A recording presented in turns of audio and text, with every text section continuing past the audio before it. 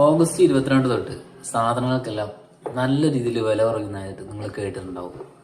GST വരുന്ന മാറ്റം എന്താണത്? GST സാധാരണ 4 സ്ലാബാണ് ഇത്രയും കാലം ഉണ്ടായിരുന്നത്. അത് വന്നത് 5, 12, 18, 28. ഇനി തൊട്ട് 2 സ്ലാബ് മാത്രമേ ഉണ്ടാവുള്ളൂ. അത് 5, 18 ഈ 2 കാര്യങ്ങൾ മാത്രം. പിന്നെ വേറെ വരുന്നത് 40% ആണ്. അത് അതിന്റെ ഡീറ്റെയിൽസ് കൂടുതലായിട്ട് പറയാം. അപ്പൊ എന്തൊക്കെ സാധനങ്ങളാണ് വില കുറയുന്നത്, എന്തൊക്കെ സാധനങ്ങളാണ് വില കൂടുന്നത്, എത്ര GST വരെ പെർസെൻറ്റേജ് വരെയാണ് കുറയുന്നത്, നമുക്ക് നോക്കാം. ആദ്യം പറയുന്നത് കാറ് തന്നെയാണ്. നിങ്ങൾ കാർ എന്തെങ്കിലും വാങ്ങാൻ ഉദ്ദേശിക്കുന്നുണ്ടെങ്കിൽ ഓഗസ്റ്റ് 22 ശേഷം മാത്രം വാങ്ങാം. ഏകദേശം ഒരു 1 lakh വരെ കുറവുണ്ടാവും എന്നാണ് പറയുന്നത്. അതേപോലെ തന്നെ 350cc താഴെ വരുന്ന ബൈക്കുകൾ അതിനും വില കുറയും.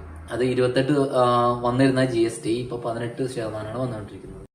പിന്നീട് വരുന്നത് നമ്മൾ ഡെയിലി യൂസ് ചെയ്യുന്ന സാധനങ്ങൾ, അതായത് സോപ്പ്, ഷാമ്പു, ചീപ്പ്, അങ്ങനെയുള്ള കാര്യങ്ങൾക്കെല്ലാം നന്നായിട്ട് വില കുറയും.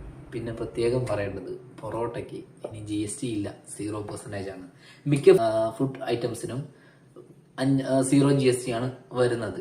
പിന്നീട് കാർഷിക ആവശ്യങ്ങൾക്കായി ഉപയോഗിക്കുന്ന യന്ത്രങ്ങൾ, അതിന്റെ വളങ്ങൾ, അതിനും GST സ്വാഭാവികമായിട്ടും കുറയും. പിന്നെ സിമെന്റ്, കൺസ്ട്രക്ഷൻ ആയിട്ട് ബന്ധപ്പെട്ട കാര്യങ്ങൾ എല്ലാം കുറവ് തന്നെ ആയിരിക്കും വരിക. ഓൾറെഡി എല്ലാവർക്കും അറിയാം TVക്ക് അത്യാവശ്യം ഓഫർ വരുന്നുണ്ട്. അപ്പൊ ഇനിയും നല്ല രീതിയിൽ റേറ്റ് കുറയാൻ തുടങ്ങും.